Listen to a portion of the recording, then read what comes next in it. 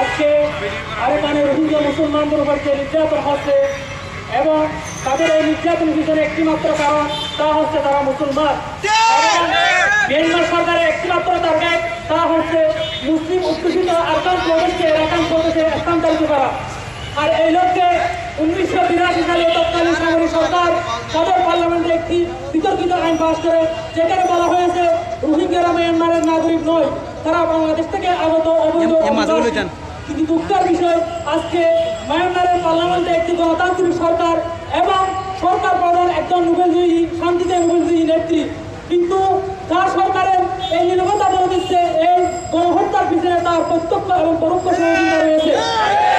আমি জাতীয় সংঘ ওয়াইসিকে বলবো, আপনারা মিয়ানমারের রাজ্যে আরাকানের বাস্তব চিত্র তুলে ধরুন এবং আন্তর্জাতিক আইনে মিয়ানমার সরকারের বিরুদ্ধে মামলা করুন এবং তাদের বিরুদ্ধে বিচার করুন।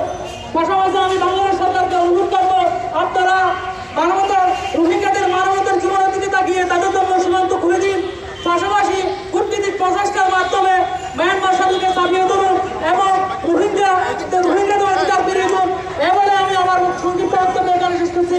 আসসালামু আলাইকুম ওয়া রাহমাতুল্লাহ। এরপর দিয়ে বক্তব্য রাখার জন্য আহ্বান জানাচ্ছি মহানগর শাখার কেন্দ্র সম্পাদক মোহাম্মদ শাহিন চৌধুরীকে। বিসমিল্লাহির রহমানির রহিম। আজকের এই দ্বিতীয়